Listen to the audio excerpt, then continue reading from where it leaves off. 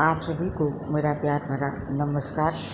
दोस्तों, इस पोस्ट में शेयर करेंगे ज्येष्ठ पूर्णिमा के कुछ विशेष उपाय। हिंदू धर्म में अमावस्या और पूर्णिमा दोनों का विशेष महत्व है। ज्येष्ठ पूर्णिमा के दिन माँ लक्ष्मी और भगवान विष्णु की पूजा का विधान है। इस दिन भगवान सत्यनारायण की कथा करवाना काफ़ी शुभ माना जाता है। ज्येष्ठ पूर्णिमा के दिन स्नान दान और पूजा करने से घर में सुख समृद्धि आती है। वहीं ज्येष्ठ पूर्णिमा के दिन ज्योतिष उपायों को करने से भगवान विष्णु माता लक्ष्मी की कृपा से घर में धन धान्य की कभी कभी नहीं होती है। आइए जानें इन उपाय के बारे में। अगर आप अपने घर में वृद्धि सुनिश्चित करना चाहते हैं तो ज्येष्ठ पूर्णिमा के दिन स्नान आदि के बाद 11 तुलसी के पत्ते लीजिए। अब उन तुलसी के पत्तों पर अच्छे से धोकर साफ कपड़े से पोंछ लीजिए। इसके बाद एक कटोरी में थोड़ी सी हल्दी लेकर पानी की सहायता से उसका घोल बना लीजिए। अब उन तुलसी के पत्तों पर हल्दी से श्री लिखकर भगवान को अर्पित कीजिए। साथ ही भगवान से अपने कारोबार में वृद्धि के लिए प्रार्थना कीजिए और घर के अन्न धन की बढ़ोतरी के लिए ये उपाय है।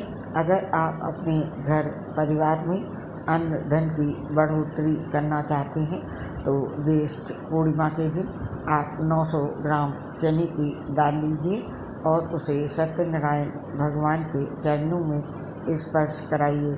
इसके बाद उस चने की दाल को किसी सुपात्र ब्राह्मण को दान कर दें और अपनी सेहत के लिए ये उपाय करें। अगर आप अपनी सेहत को बेहतर बनाए रखना चाहते हैं तो अपनी अच्छी सेहत के लिए ज्येष्ठ पूर्णिमा के दिन आपको प्रसाद के लिए थोड़ा सा आटा लेना चाहिए और उसे कढ़ाई में डालकर घी में भूनना चाहिए। साथ ही उसमें थोड़ी सी शक्कर भी डालनी चाहिए। इस प्रकार आपका प्रसाद तैयार हो जाएगा। अब आप उस तैयार प्रसाद में कुछ केले के टुकड़े डालिए और उसका भगवान को भोग लगाइए। भोग लगाने के बाद बाकी बचे हुए प्रसाद को अपने परिवार के सदस्यों में और बाहर छोटे बच्चों में बांट दें। यदि आप अपने साथ हमेशा परिवार का सहयोग बनाए रखना चाहते हैं तो ज्येष्ठ पूर्णिमा के दिन आपको स्नान आदि के बाद तुलसी के पौधे में पानी डालना चाहिए और सत्यनारायण भगवान का ध्यान करना चाहिए। इसके बाद तुलसी की जड़ के पास से थोड़ी सी गीली मिट्टी लेकर उससे परिवार के सब सदस्य को तिलक लगाएं और साथ ही स्वयं भी अपने माथे पर तिलक लगाएं।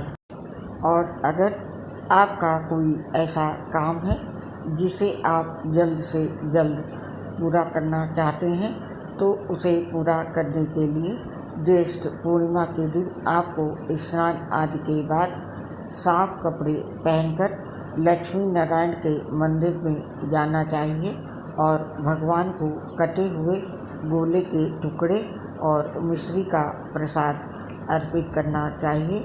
साथ ही अपने काम के जल्द से जल्द पूरा होने की प्रार्थना करनी चाहिए। गोले का अर्थ यहाँ पर नारियल के सूखे गोले से है।